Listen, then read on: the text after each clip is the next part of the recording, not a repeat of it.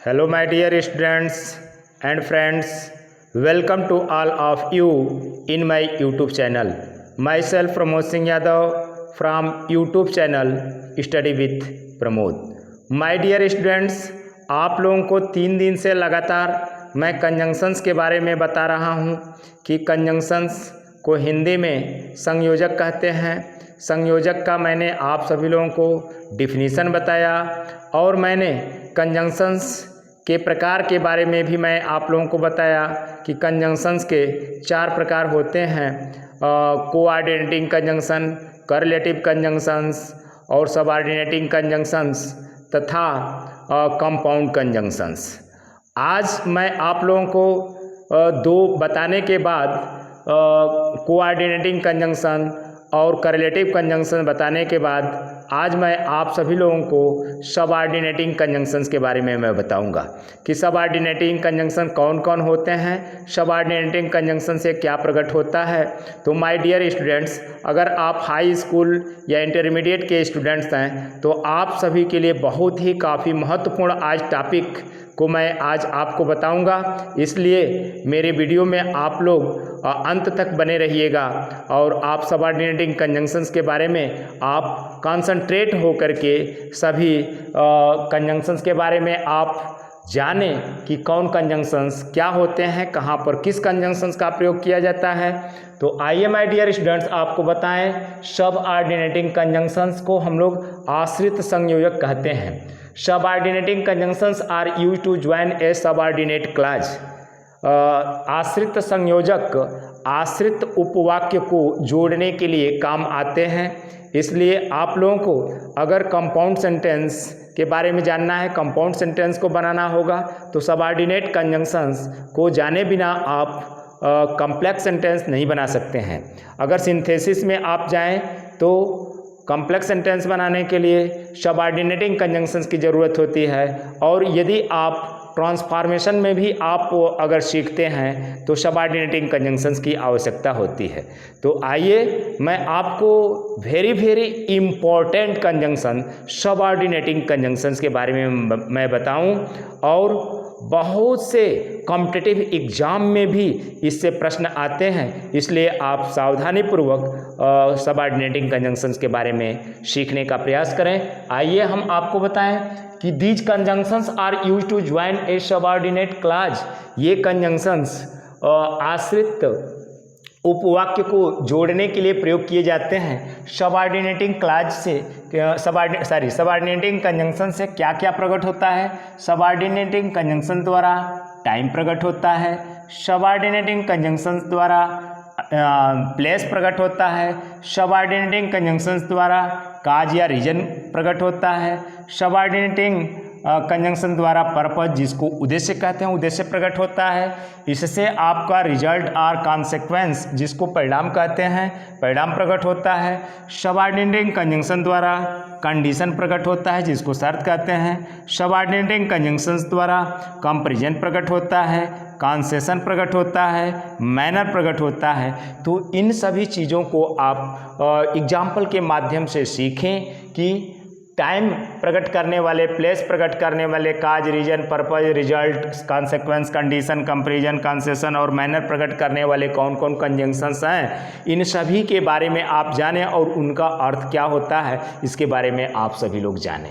तो टाइम प्रकट करने वाले कंजंक्शंस कौन कौन होते हैं। टाइम प्रकट करने वाले कंजंक्शन आपका व्हेन होता है, बिफोर होता है, आफ्टर होता है, एज होता है, इनको आप देखें। टिल होता है। I was reading a book when he came.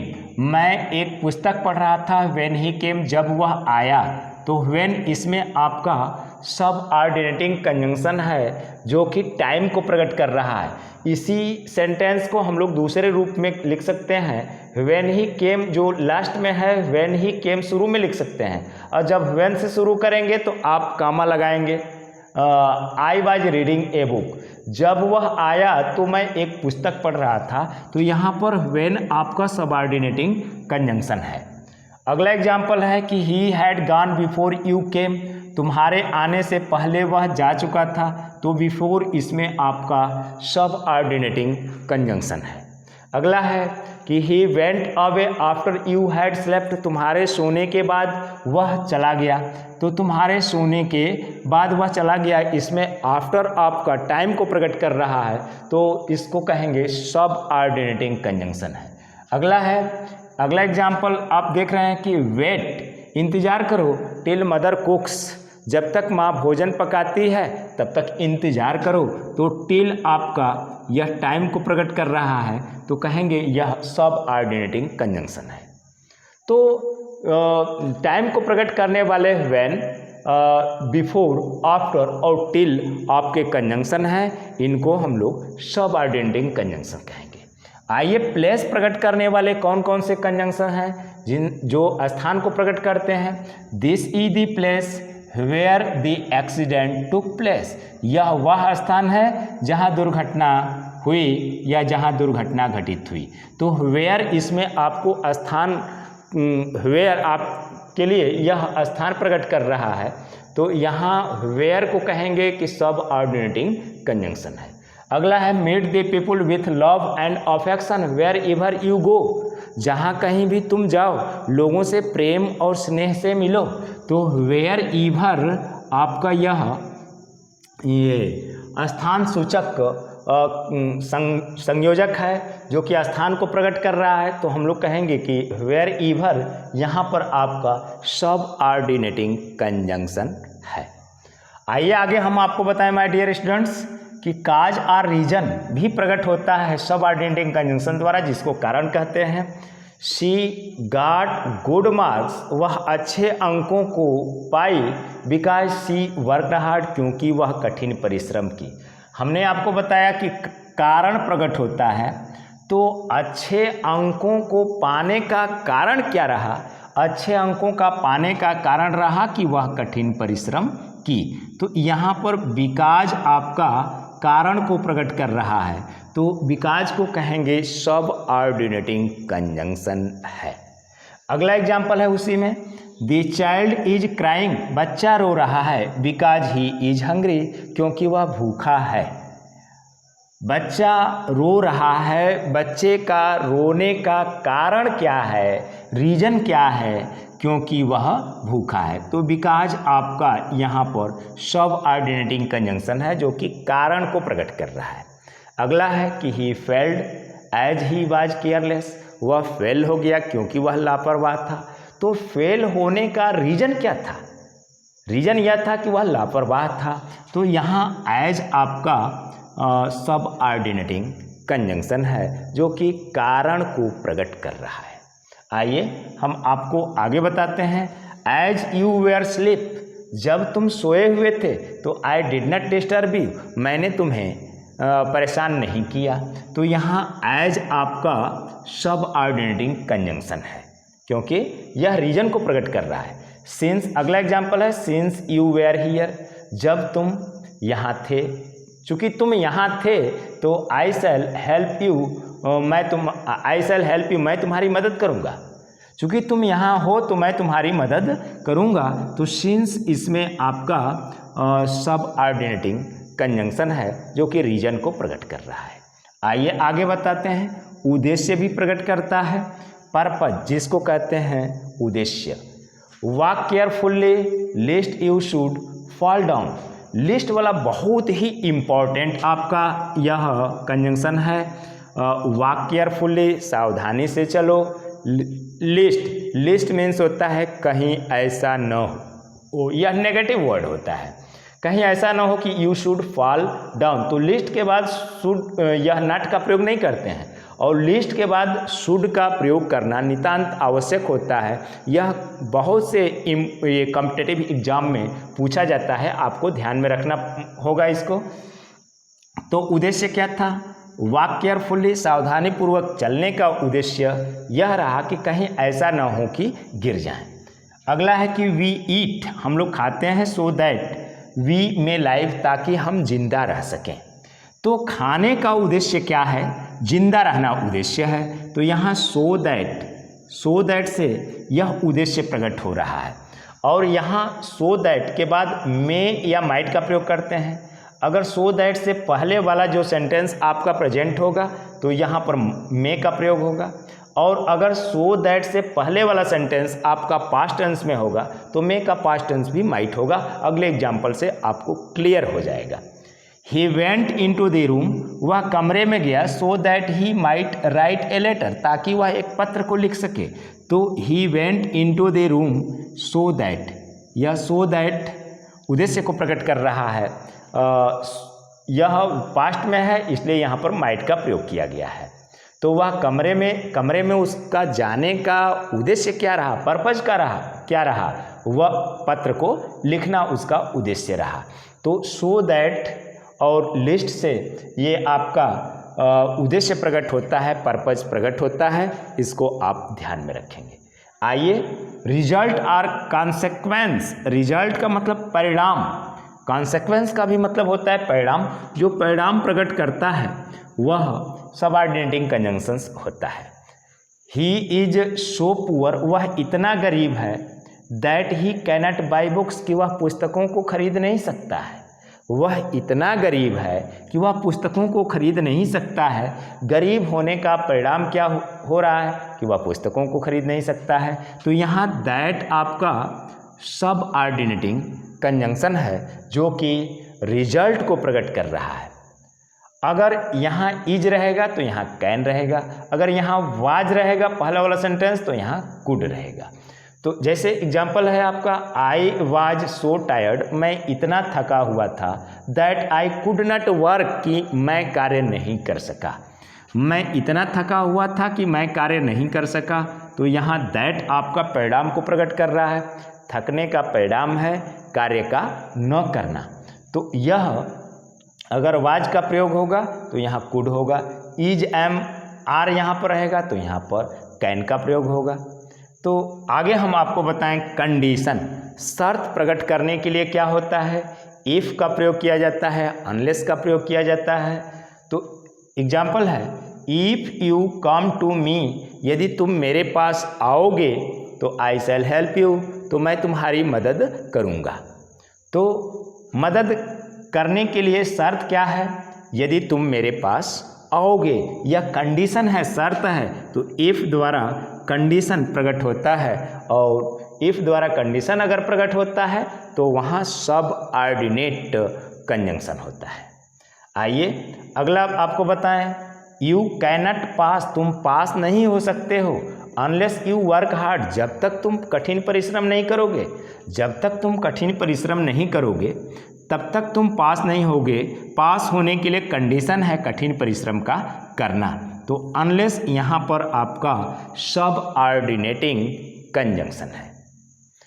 If और अनलेस आपके सबऑर्डिनेटिंग कंजंक्शन है जो कि शर्त यानी कंडीशन को प्रकट कर रहे हैं। आइए अगला है कंपैरिजन। कंपैरिजन प्रकट करता है कोऑर्डिनेटिंग कंजंक्शन। कंपैरिजन यानी तुलना। I am stronger than you, मैं तुमसे अधिक शक्तिशाली हूँ। तो दैन से क्या होता है, कंपैरिजन, तुलना प्रकट होता है। और एडजेक्टिव की दूसरी जो अवस्था होती है कंपैरेटिव डिग्री, स्ट्रांग से स्ट्रांगर, और कंपैरेटिव डिग्री जब होती है तो वहाँ दैन का प्रयोग किया जाता है। I am stronger than you, मैं तुमसे अधिक शक्तिशाली हूँ। दूसरा एग्जाम्पल उसी तरह का है, the fox was cleverer than the crow, और लोमड़ी कौवे से अधिक चालाक थी। क्लेवर से क्लेवरर है, और यहाँ पर दैन आपका सबऑर्डिनेटिंग कंजंक्शन है जिससे कि तुलना प्रकट हो रही है, कंपैरिजन प्रकट हो रहा है। अगला एग्जाम्पल हम लेते हैं कंसेशन जो प्रकट करते हैं। कंसेशन वाले में आपके आल्दो या दो होते हैं। आल्दो ही वर्कड हार्ड, जद्यपि वह कठिन परिश्रम किया।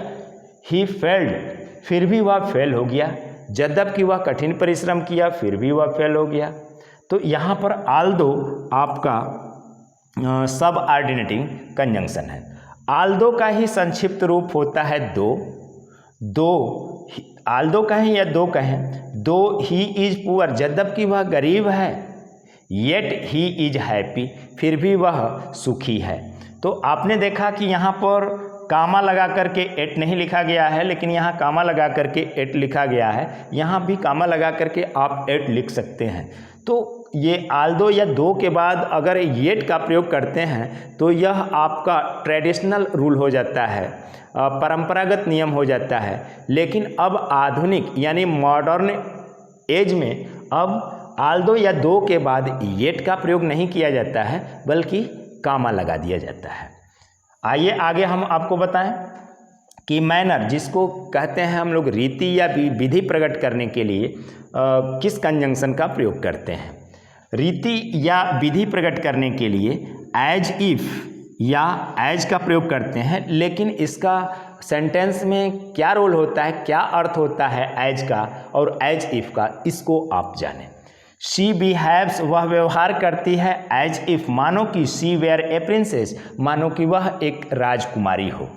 यहाँ मानो कि वह एक राजकुमारी हो, राजकुमारी तो है नहीं, उसकी कल्पना, जहाँ कल्पना की कल्पना ही रह जाती है वहाँ सिंगुलर सब्जेक्ट के साथ भी प्लूरल वर्ब का प्रयोग किया जाता है। तो she behaves as if she were a princess, prince माने राजकुमार होता है, अगर एस केवल लगा देते हैं तो प्रिंसेस माने बहुत से राजकुमार हो जाएंगे, लेकिन डबल एस लग जाता है तो वह राजकुमारी हो जाता है। इसके अंतर को आप जानेंगे। तो वह she behaves as if she were a princess, वह ऐसे व्यवहार करती है मानो कि वह एक राजकुमारी हो। तो यहाँ व्यवहार करने का उसका तरीका, मैनर को प्रकट कर रहा है। अगला है he did as he was asked, he did, वह वैसा ही किया, एज ही वाज आस्क्ड, जैसा उसे कहा गया। तो यहाँ पर एज आपका मैनर को प्रकट कर रहा है, तो इसको हम लोग कहेंगे कि सबऑर्डिनेटिंग कंजंक्शन है। एज इफ और एज सबऑर्डिनेटिंग कंजंक्शन का काम कर रहे हैं और यहाँ पर ये मैनर को प्रकट कर रहे हैं। तो माय डियर स्टूडेंट्स, आपको मैं एक बार रिवीजन कर दूं कि सबऑर्डिनेटिंग कंजंक्शंस द्वारा टाइम प्रकट होता है, प्लेस, काज या reason, purpose, result, condition, comparison, concession, manner प्रकट होते हैं। और इन सभी प्रकट करने वाले कंजंक्शन को मैंने बताया कि कौन कंजंक्शन क्या प्रकट करते हैं। इन सारे कंजंक्शंस की मैंने चर्चा किया। तो माय डियर स्टूडेंट्स, अगर मेरी वीडियो आप सभी लोगों को पसंद आती हो तो मेरी वीडियो को आप सब्सक्राइब करें, लाइक करें और शेयर करें, और अंत में बेल आइकन बटन को भी आप दबा दें, जिससे कि मेरी वीडियो अगर मैं डालूं यूट्यूब पर तो आपको नोटिफिकेशन मिल जाए। और शेयर इसलिए आप करें ताकि आपके दूसरे जो साथी हों, फ्रेंड्स हों, उनको भी इससे लाभ मिल सके। लॉकडाउन का समय चल रहा है, इसलिए आप घर बैठ करके अपनी पढ़ाई लिखाई को करते रहें और आप सुरक्षित रहें घर पर। और आप सभी के स्वास्थ्य की कामना करते हुए मैं अंत में आपसे विदा लेता हूँ और अगले वीडियो में मैं आपसे पुनः मिलूँगा। तब तक के लिए नमस्कार, जय हिंद, जय भारत।